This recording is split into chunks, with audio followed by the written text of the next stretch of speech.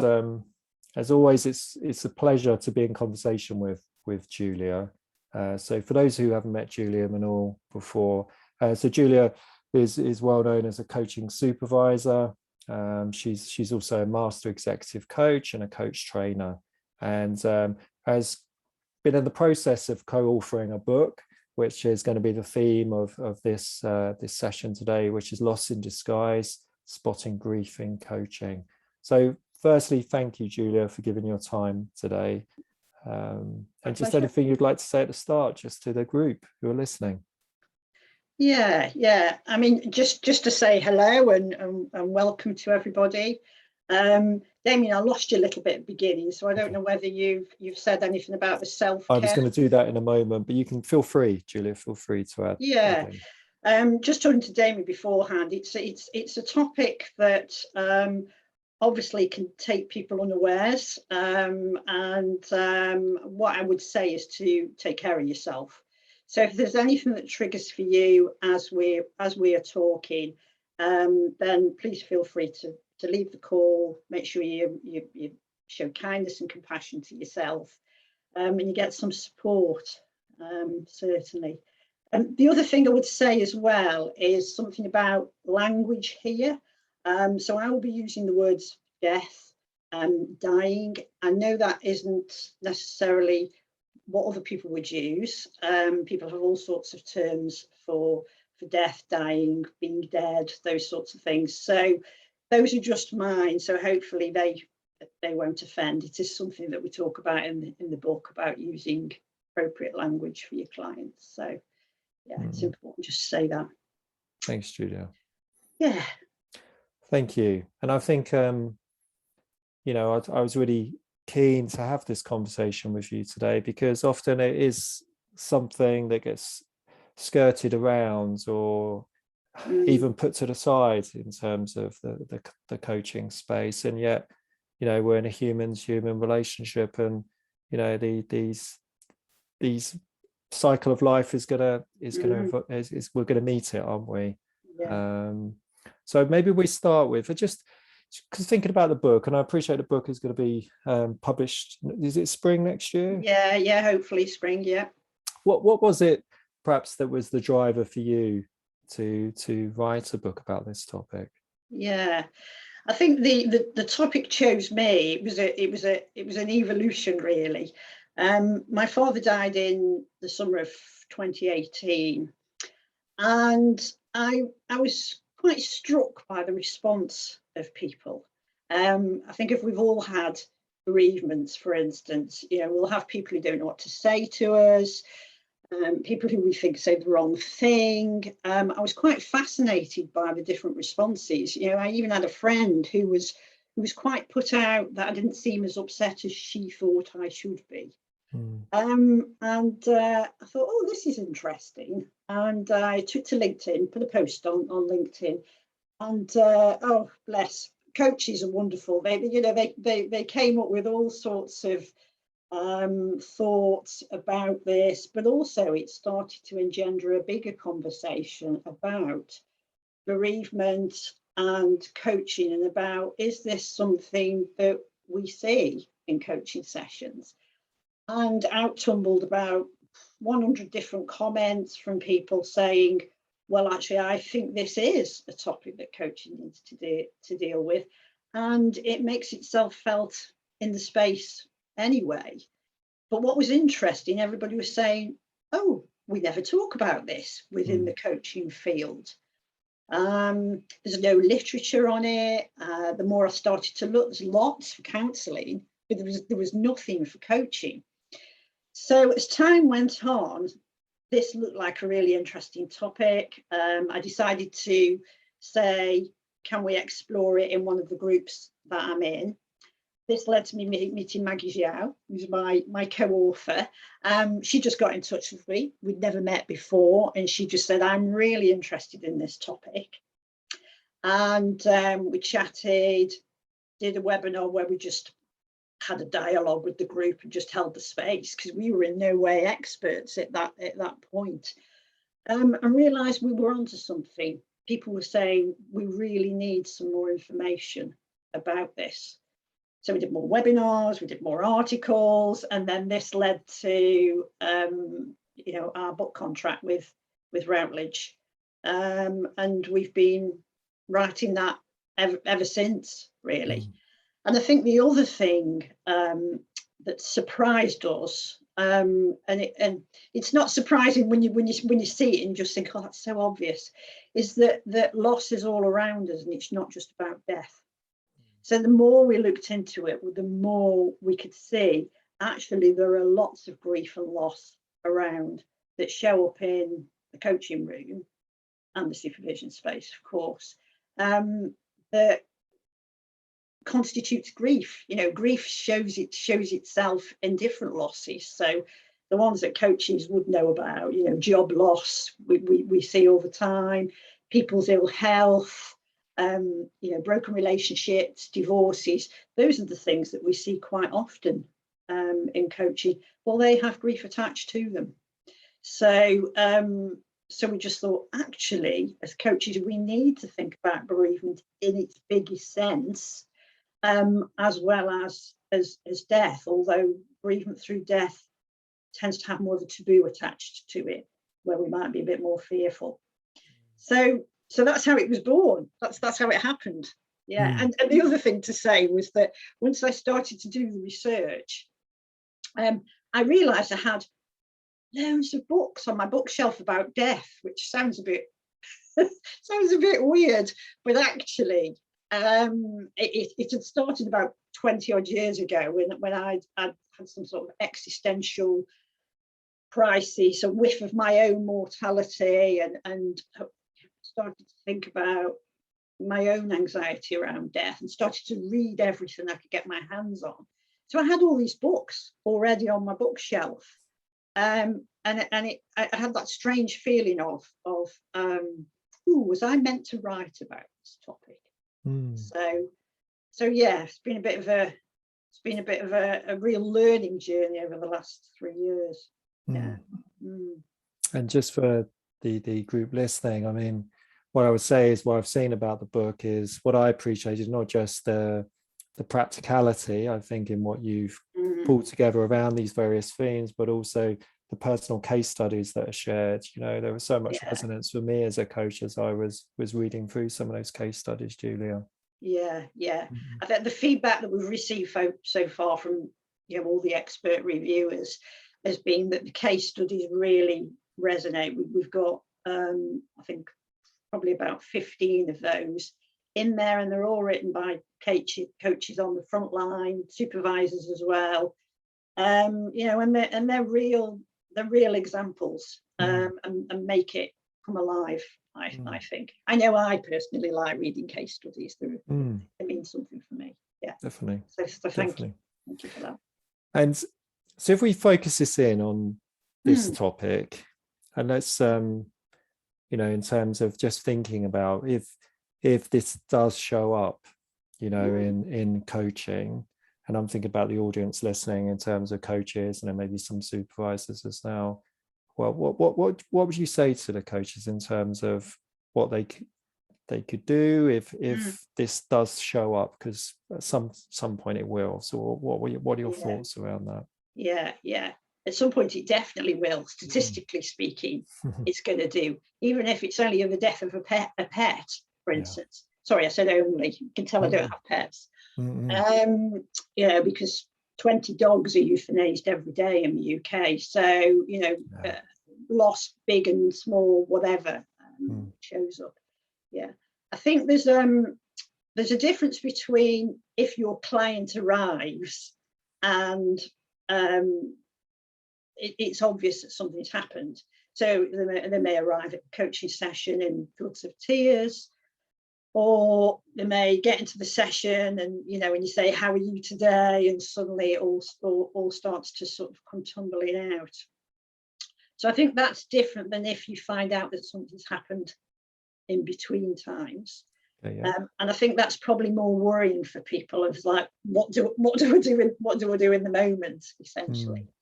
I think the key thing is to say, don't panic. There's something very unusual about death that frightens people. Usually it's to do with our own fear around it. And so we're fearful of causing offence, overstepping some sort of boundary that we think might be there, but we don't know about. And in the book, we call it just be a heart with ears. Because essentially you have all the skills that you need as a coach, listening, empathy, and just finding out really what is going on for the client at that moment, at that time, rather than imagining and presupposing what might be going on, which then leads you to making the wrong decision on their behalf and maybe rescuing them, or maybe they don't need to. So, all situations are different. They can be situation, context specific. It depends on, what the bereavement is. If it's a person, who is that person? What do they mean to them? So, for instance, somebody who's very elderly, maybe a grandparent, that might have a different feel to it than, an unexpected death. And therefore the person might be upset, but it isn't completely overwhelming. So, I've had situations where somebody's come, and yes, they've been crying, they've been upset, they've got it all out, but within half an hour, it's almost like it is what it is, and I want to spend the rest of the time talking about something more action focused, or actually going back to our agenda. It's very sad that Granddad died, but he was 102. It's that type of thing. So I think it's making that judgment call. And are they coachable at that time? So obviously some people, it might be that the whole session is just going to be listening and enabling them to list, and then still asking the question, what more support do you need from me, from others, and take it from there. And I think often people will perhaps be upset for that session, and then when you see them next time, they might actually be okay. It might be sort of normal grief in inverted commas. Again, it's making that it's a judgment call. People just want to be heard. They're not expecting you to fix anything, because you can't. Mm-hmm. So I think the in the moment is I think is probably the more scary thing for most coaches, is the person sits themselves down. So that speaks to that. And as you're talking about this, and I imagine coaches who are listening might be sort of thinking, oh well, what's the boundary here, between coaching and therapy, in terms of this space. So what thoughts have you got on that in terms of being a coach? Yeah. I think it's one of those, isn't it, where this comes up in coaching all the time, not just for bereavement. It's sort of number one question, isn't it? Where's that boundary? Unfortunately, there's a big overlap, and there isn't a line I can go, right, okay, this is the line, go for this and you'll be fine. It doesn't exist. So coaching is not therapy, as we know, but it can be therapeutic, which is a different thing altogether. So in the book, we talk about the difference between functional suffering and dysfunctional suffering. And the functional suffering is that normal, what's very today, very present, very much about the thing that's just happened, and the person is just feeling very emotional, and about getting that emotion out. We all know, don't we, as coaches, people just want to be able to verbalize some of those emotions. Dysfunctional suffering is more where actually it seems more pervasive. It's perhaps not focused on what's happening today. It's perhaps you're hearing more things about the past, worry about the future, a level of anxiety that doesn't feel right. And I think Louise Creswell, she's a grief coach. She's a specialist in grief, and she always says if there's trauma present, or the grief seems complicated in some way, or it's cumulative, for instance. So if you know your client has had lots of other stressful things happening to them during that particular time period in the run up to it, maybe all the lost things, they've lost their job, or they're going to divorce or whatever, that might be more of a sort of flag to say, perhaps I might need to take a bit more care here. Bearing in mind that bereavements are happening all the time. Most of us will have 10 to 15 different types of loss events throughout our lifetime. So it's just keeping that in mind and thinking, actually, should we be carrying on? So my three little sort of top tips are: do I continue? Do I pause? Or do I stop coaching? And again, that might not be a decision made in that particular session, but depending on whether the bereavement's happened between sessions, or you've been told about it by a third party and you haven't talked to your client, then it could well be that the person does want some counselling, but that can run alongside the coaching, as most coaches know. But I would always defer to the greater knowledge of the counsellor, because if they say, actually, given what the client's telling me, I don't think coaching would be helpful at this time, then and that's where you pause or you stop altogether happens. Yeah, certainly. Thanks, Julia. So I'm sort of hearing that sort of piece of, when it shows up in the session, and holding that sort of compassionate space in terms of really helping them be seen and heard, and expressing that emotion that's going to be there, and at the same time thinking about whether this is a space that can hold that, depending on, like you're saying, those factors, I suppose their ability to regulate themselves, but also that sense of whether there's an accumulative effect here, etc. I'm just curious about, because I know sometimes as coaches, sometimes we hear about grief from a third party, like you just said, so the line manager or the sponsor contacts us and said, unfortunately, you've had a loss in the family or something. What's your thoughts around how coaches work with that? Because again, it feels a bit like, can't I? Yeah. It's tricky as well, because sometimes if you've got a relationship with the sponsor as well, it's how much of a conversation to have with them. If you don't have a relationship with them, you just might be getting a phone call from somebody you've never spoken to before. And there's that wariness, isn't there, as well, about confidentiality and keeping all the communication lines clear. I think it depends whether you get emailed or whether you get phoned. That's a different thing altogether as well. That sometimes tells you something about how the organisation is dealing with it. And I would say, if you can get as much background information from that third party about, what is the death, who is it, how's it happened, that will inform whether contact is appropriate at this time. So, for instance, if somebody's died in tragic circumstances, like a suicide or a murder, that would be very, very different than perhaps a grandparent dying, where the person might be off for a limited period of time. Then there's the funeral. So there's almost a clearer trajectory with that. When something tragic has happened, it tends to lengthen out the grief. So the person might be off work for a long period of time. Things like postmortems, inquests, things like that extend everything as well. And as we know, funerals are an important ritual. So if those get delayed, that can also delay people's grief as well.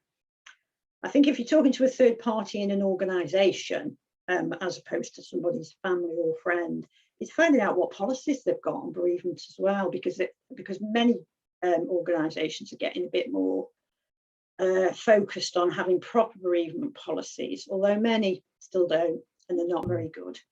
And even if they've got policies, some line managers are not really very good at enacting them, because they're human too, and they've got all the baggage around, I don't know what to do in this situation. So I think as a coach, sometimes you have to be the voice of reason You have to step into your own authority and say, this is what I think would be useful for me to do. And more often than not, just a message of condolence is acceptable, maybe on email, something that's not too intrusive, rather than phoning somebody.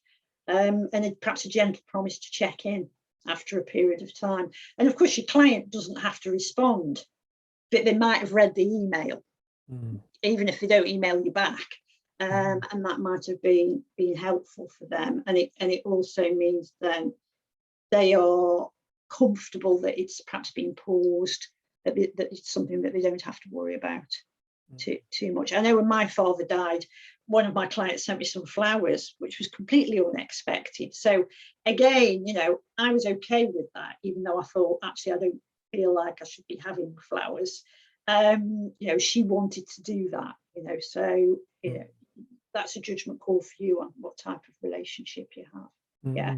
And of course, you might be asked to help with the return to work after the bereavement, coaching to return to work, because sometimes some people's lives have changed so much after a bereavement that actually a coach is best placed to help them to work through that.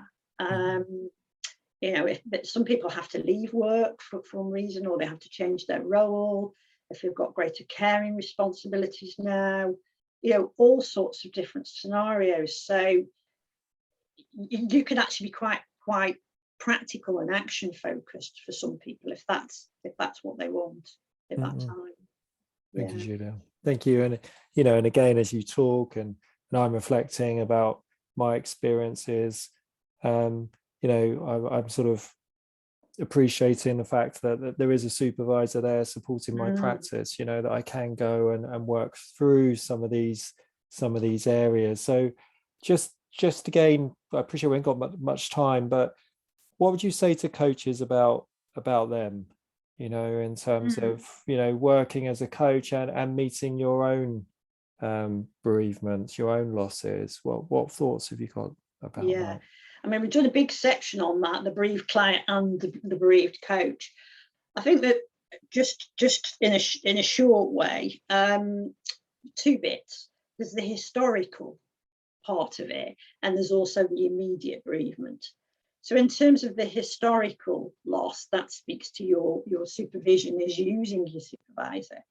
But I would say to people out there, have you ever talked to your supervisor about endings? And and that could be endings in a coaching context, about how you end with coaching clients. When coaching clients have ended with you, how did that feel? And then did that engender a bigger conversation about how you approach endings in your life, ending relationships? But that inevitably should move into thinking about the big ending, and to be able to surface it in a vulnerable way within supervision, so that you're starting to talk about your own losses, so that you're not projecting them onto your client when any of that inevitably comes into the coaching space.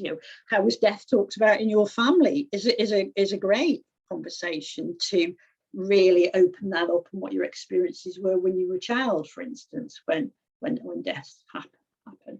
But I think there's a historical side. The immediate side, if you have a bereavement, while you're in coaching practice, for instance, or even what you would call anticipatory grief. So, I've had clients where their parents have become ill, and it's obviously it's a serious illness. That the parent's not dead, but there is still the loss that happens in that moment. And one of the case studies is about that. Well, I've still got to carry on and do my work. I've got bills to pay. But shall I take some time off temporarily? Yes, probably. What do I tell my clients? What if I get upset if they start to talk about their losses and I'm handling mine? So all that should be in supervision.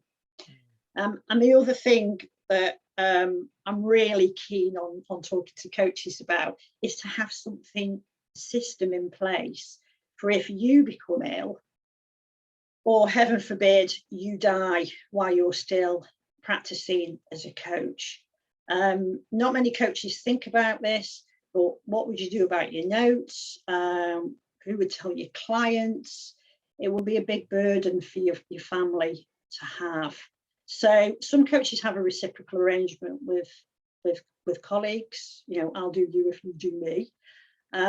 Some people have professional executor service, which I do, and you pay X amount of pounds, not much, 40 quid a year, and they come and shred your notes and take your website down and remove your, social media and contact clients to let them know, because it's a shock for a client, of course, if suddenly their coach is no longer there. But if you've got that in place, obviously you have to let your clients know and sponsors know, so that they know somebody else is handling your notes. Yeah. Thank you, so Julia. That's a very practical thing. Yeah, and I think it's something that often, again, as professional coaches, we may not have considered, and I think it's a really helpful piece, and I've always appreciated that in your supervision practice and the challenge that you bring to coaches around this. I could just see a couple of reflections coming through on the chat around the systemic loss that we are facing at the moment with obviously the environment, etc. So just as a way of bringing this to a close, before I sort of talk about next steps from here, if there are any final reflections from you, Julia, what would you say to the group? I think it's probably that thing is don't panic, and that we're not there to fix. We're there to listen, and if you don't ask enough questions in that initial stage, then you don't know how you are going to be able to help. I suppose the other thing is you can't make it worse. I think the fear is, I'll make it worse by talking to them. And then you start asking them questions and they might start to cry or be upset. And then you panic that you've caused that. But in actual fact, most clients appreciate somebody outside of their family system, being able to talk to when maybe they can't within their family at that point. Thank you. Thank you. And I know we could go on and we're really at time. So I just want to say firstly, thank you for just the conversation today and starting some thinking and some reflections around this. I really hope it's helpful for everybody that's been listening in, and maybe there's some things, I hope there are, for you to take into your supervision as a professional coach. I just want to say that the next webinar is going to take place on the 13th of December at 2:00, and that'll be myself and my partner, Liz Palmer, just reflecting on the year.